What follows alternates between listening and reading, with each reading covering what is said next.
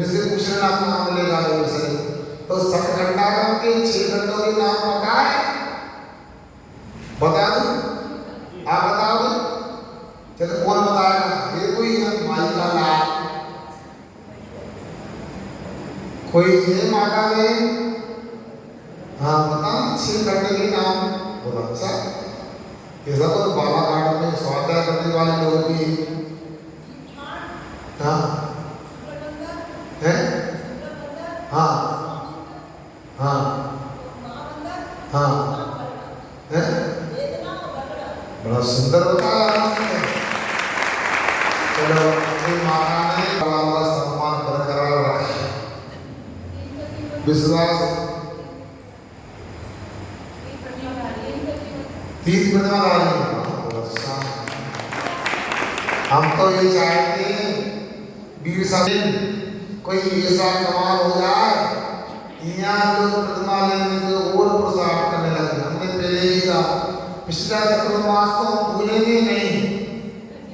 और समापन एकादश हम नगर के बारे में 400 घर में 250 घर के लोग बुरी माना से दूर रहने वाले थे। कितने? 250 घर बुरी माना से दूर रहने वाले थे। आचार्य महाराज का आशीर्वाद गए, उस श्रापों का पुण्य गए। अब माफ कर के सकते 400 घर में पौने 400 घर बुरी महाराज के बिगड़ लेने वाले हो। लगभग सभी परिवारों में आरोप होगा। 3-4 परिवार के लोगों ने तो प्रतिदिन शुद्धि का पूजन मनाने का नियम ले लिया, पढ़ाने का ले लिया और पढ़ा दिया। और फल गया दीपावली आगे आगे प्रतिमाएं लेने हम लोगों ने कहा। बालाघाट में यदि ऐसा होगा तभी हम चातुर्मास सफल मानेंगे। भीड़ की गिनती नहीं, आप कैसे 4 गुना आपको भी बढ़ देगा, वो आपका सफल नहीं माना जाएगा। और 4 लोग भी प्रतिमा व्रत ले लेंगे, संयम निकार कर लेंगे तो चातुर्मास सफल माना जाए। फिर भी हमें संतुष्टि। कल गुरु पूर्णिमा के पावन दिवस पर 2 ग्रस्तों ने आजीवन ब्रह्मचर्य का विकार कर दिया। पुरुषार्थ की बात सुनो। अब ये तीर्थशास्त्र जयंती का एक प्रसंग है जो बेन जी ने बताया। सतखंडागम के 6 खंड कौन से? सुनो। जीविस्तान, बोलो जीविस्तान, क्षुल्लकबंध, बंधु स्वामित्व एवं उपवास सुरेश आवाज नहीं आ रही। बंधु स्वामित्व, वेदना, वर्णा, महाबंध, महाबंध, जीविस्तान, क्षुल्लकबंध, बंधु स्वामित्व, वेदना, बगड़ा और महाबंध। याद हो गया? पहला कौन सा? दूसरा, तीसरा बंधु स्वामित्व, चौथा वेदना, छठा, पांचवा, चौथा, तीसरा बंधु स्वामित्व, पहला। बहुत अच्छा पास हो गया। सुनिए, ऐसा धीरे धीरे एक बात की याद करेंगे। मैं समझता हूँ हमारे बालाघाट के श्राविका अपने नाम को पंडितों की सूची में अंकित कराएंगे। आप लोगों को ऐसा ही करना चाहिए। अब आप लोगों से कहना चाहता हूँ, ये सतखंडागम की धारा आगे भी बढ़ती रही। परम पूज्य आचार्य नेमिचंद सिद्धांत चक्रवर्ती जी श्रवण बेलगोला में स्वाध्याय कर रहे थे। किसका? सठखंडागम ग्रंथ का। जिन्होंने गोविंद बाहुबली भगवान की प्रतिमा की प्रतिष्ठा की सूरी मन दिया, ऐसे नीलचंद आचार्य महाराज। तो वह स्वाध्याय कर रहे थे।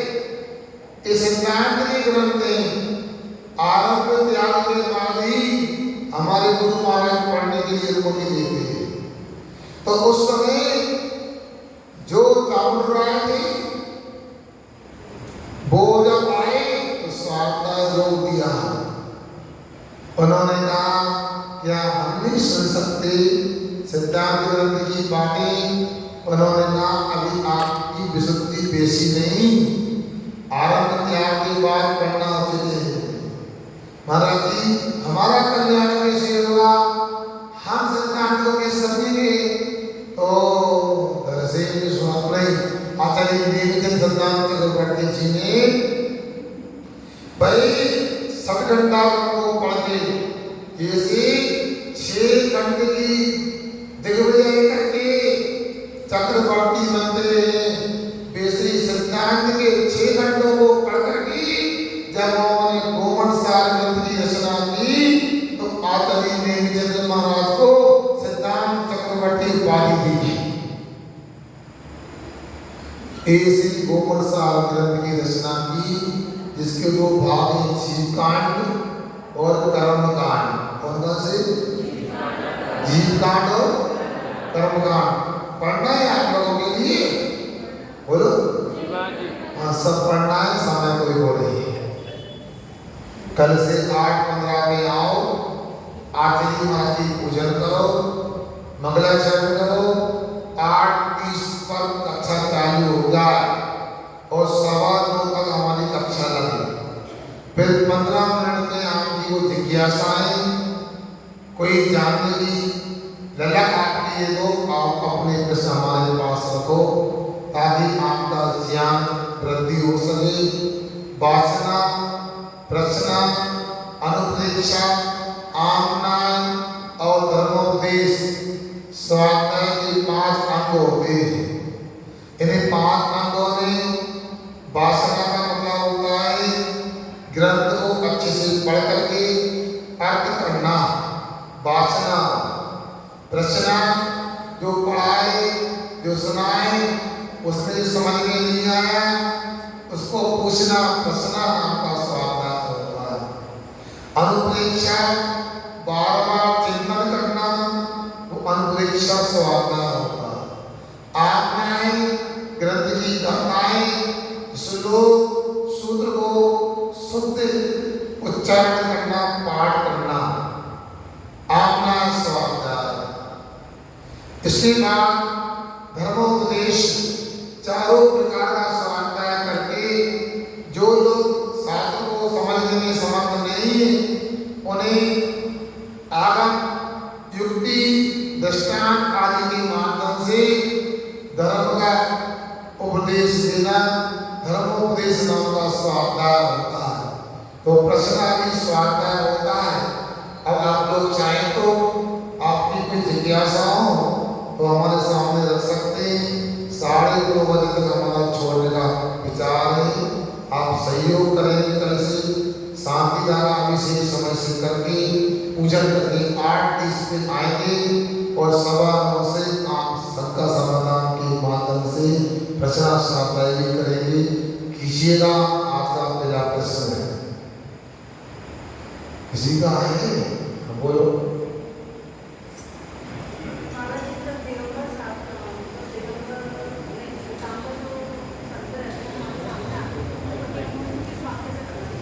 देखो आपको याद रखना चाहिए हमारे यहाँ पर क्या चलो हमारे यहाँ पर नमस्कार करना सिर झुकाना सामान्य बात नहीं। ये हमारी सामने का कौतक है। इन बेटी का प्रश्न है जो पीतराजी दिगंबर साधु नहीं होते उनके सामने क्या कैसे नमस्कार करना चाहिए। पहली बात मैं पूछता हूँ, आप लोग श्री पर चढ़ाते हो, कितने रुपए का आता है? बोलो। नारियल कितने का आता है? 20 रुपए का आता है। आप नारियल आप खाते भी हो, चढ़ाते भी हो। खाने का मन हो जाए, उस नारियल को फोड़ के खाओगे कि ऐसे खा जाओगे? फोड़ के खाएंगे। कहाँ फोड़ोगे? सोचा जाए पत्थर पर कि घर के चौके के सिलबट्टा पर, सिलबट्टे के ऊपर, मतलब 20 रुपए के नारियल को कहाँ पटकना है? ये शब्द के पास विवेक है, कोई अनमोल नारियल मिला है, इसको कहाँ पटकना है? विवेक नहीं है अपने पास।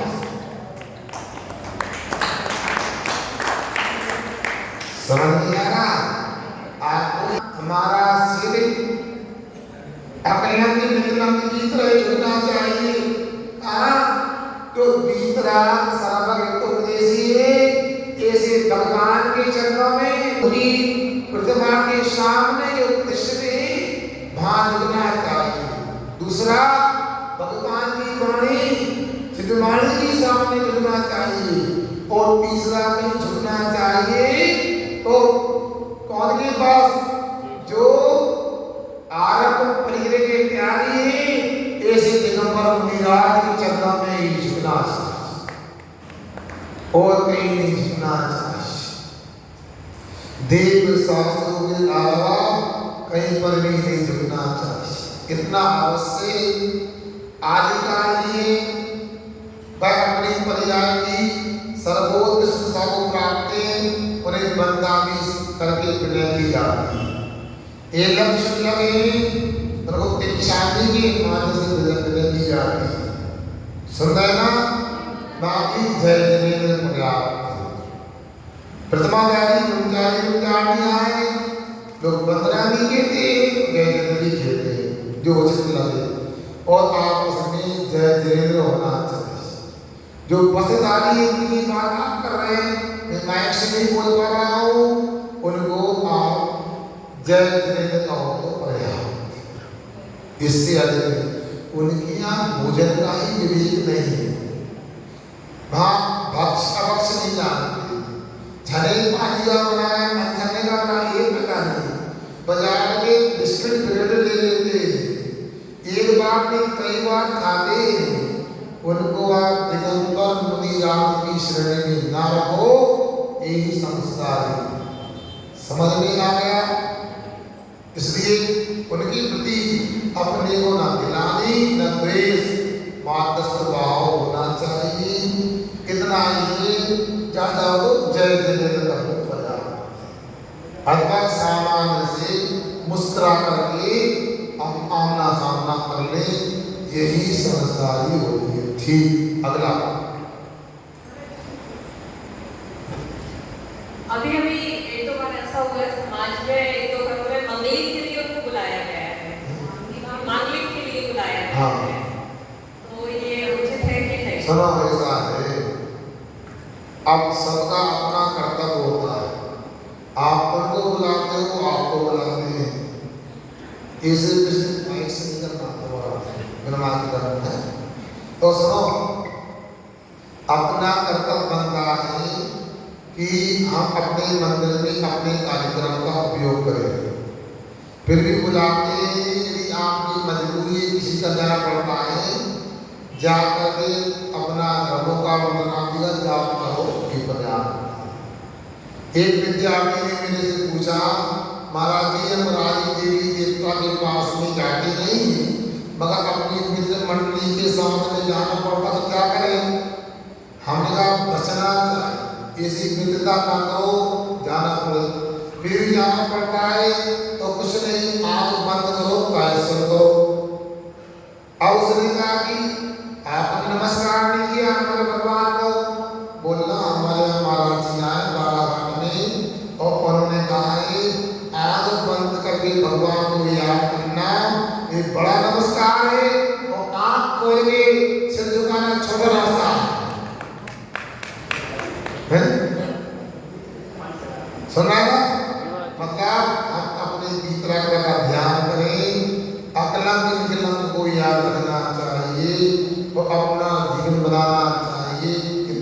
लेना चाहता हूँ। ठीक,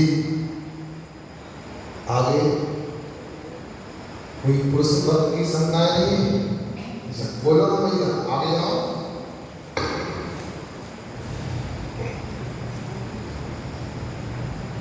नमस्ते महाराज। महाराज, जब हम लोग व्रत उपवास करते हैं तो मुख शुद्धि कैसे करेंगे? बहुत सुंदर ये भैया का प्रश्न लिया आप लोगों ने। हमारे यहाँ व्रत करने की विधि बताई है, इसलिए बोल रहा हूँ, स्वाध्याय करने प्रतिदिन आओ, अनेक समाधान आपकी अपने आप हो जाएंगे, स्वयं हो जाएंगे। आचार्य समर्थ स्वामी ने उपवास व्रत का कथन करते हुए लिखा है, पंचानां पापानां फलक्रियावद्भो स्मानां स्नानंजनस्यानां उपवासव्रतं कुर्यात्। इसके बाद में चतुराहार विसर्जन उपवास, चारों प्रकार की आहार का त्याग करना उपवास से। मगर उपवास में क्या करना? पापों पापों का पूरी तरह त्याग करना। फिर अलंकार का त्याग करना, श्रृंगार का त्याग करना, आरंभ हिंसा की क्रियाओं का त्याग करना, मतलब झाड़ू नहीं लगाना, कपड़े नहीं धोना, लिपाई पुताई नहीं करना, चक्की चूल्हा नहीं करना। फिर इसके बाद स्नान का त्याग कराया, अंजन मंजन का भी त्याग कराया है। सुंदर हमारे यहाँ पर उपवास के दिन साधु की तरह ब्रह्म ध्यान करते हुए 48 घंटे व्यतीत करना चाहिए। और फिर माता बहनों के यहाँ कोई काम करने वाले दूसरे नहीं है, उनको थोड़ा सा कम से कम आरंभ में काम कर लेना चाहिए। एक परिवार एक ही माता बहन है, उनको एक दिन के लिए भोजन बना के रख दिया, एक पूरी का डब्बा, ये सब्जी भी यत्न कर लेना, हमारा कल उपवास रहेगा। अथवा थोड़ा सा पानी लेकर के शुद्धि कर ली, साबुन सोडा का उपयोग नहीं किया, शुद्ध वस्त्र पहन करके थोड़ा बना लिया, एक सब्जी बन गई, दाल बन गई, रोटी तो बनाओगे तो उपवास नहीं माना जाएगा। किंतु नियम तो यही है, साधु की तरह उपवास में रहना चाहिए। भैया ने पूछा मुख शुद्धि कैसे करें? मुनि महाराज मुख शुद्धि कैसे करते हैं बताओ? हमारे गुरु महाराज के 54 वर्ष हो गए मुख शुद्धि। आप लोगों को अभी जैन दर्शन समझना बाकी समझ में नहीं आया। जैन साधु की चर्या अपने आप में बेस्या नहीं। आप लोग तो सुबह सुबह मंजन करते ना, ब्रश करते, बिल्कुल गड़बड़ कैसी? रात में जो लार बनती,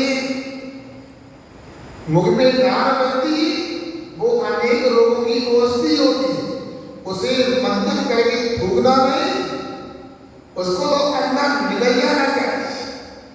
मुनि महाराज मंथन नहीं करते, भाई आप सिलाई थी तो उनकी मुख में लाल होती है, पेट में जाकर के अनेक रोगों का शमन करती है। अब सुनो, फिर हमारा मुख शुद्धि नहीं करेंगे तो कैसे लगेगा? इसी को तो जीतना, स्नान नहीं करेंगे, मंजन नहीं करेंगे तो ज्ञानी को जीतना है, और उस ज्ञान को अंदर विधि ले लेंगे तो उसके माध्यम से रोगों का शमन होगा।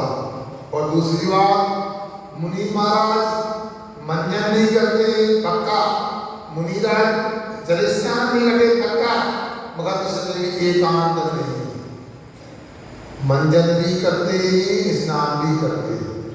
कहो कैसे? सुन ले सावधान, मुनिराज स्नान कैसे करते हैं? अरे समझदारो, आप तो एक स्नान करते हो, हम 3 स्नान करते हैं। आप एक बार करते हो, दिन भर करते हैं। कैसे? देखा आपने? नहीं देखा? बताओ भाइयों, हमें स्नान करते हुए देखा?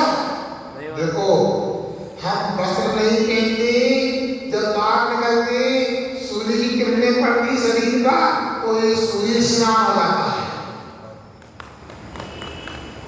हमारे रोम छिद्रों में सर्वांग में हवा जाती, आसी जाती है,